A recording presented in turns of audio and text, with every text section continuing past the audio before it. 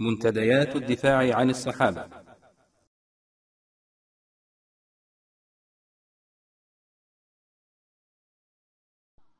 بالمنام رأى كأن القيامة قد قامت. قيام من الحاكم؟ الحاكم رسول الله يوم القيامة، وراية النبي بيد منه؟ بيد علي.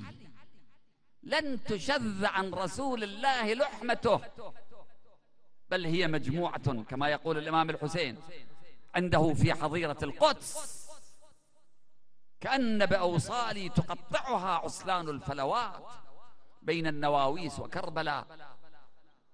لن تشذ عن رسول الله لحمته. طبعا الحسين ويا النبي ويا فاطمة ويا علي. يابا أنا ناصب راية ضد الحسين وأتباع الحسين وزوار الحسين، وهذا هنا حاكم.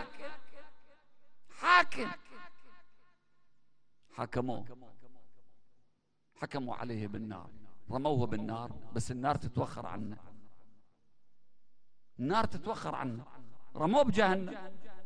هسه أنا أدري هاي المحاضرة إذا نشرت وخلوه في يوتيوب يطلع واحد من ذول التكفيرين الجهلة، احنا أصحاب منطق، تعالوا ناقشونا.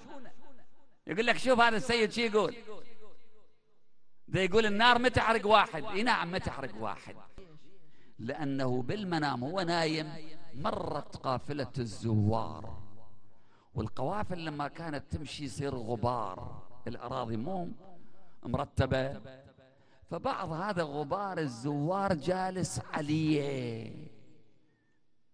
قالوا هذا غبار زوار قبر الحسين على جسده فلا تحرقه النار. استيقظ وويلاه، وين جاي أنا؟ فاستبصر.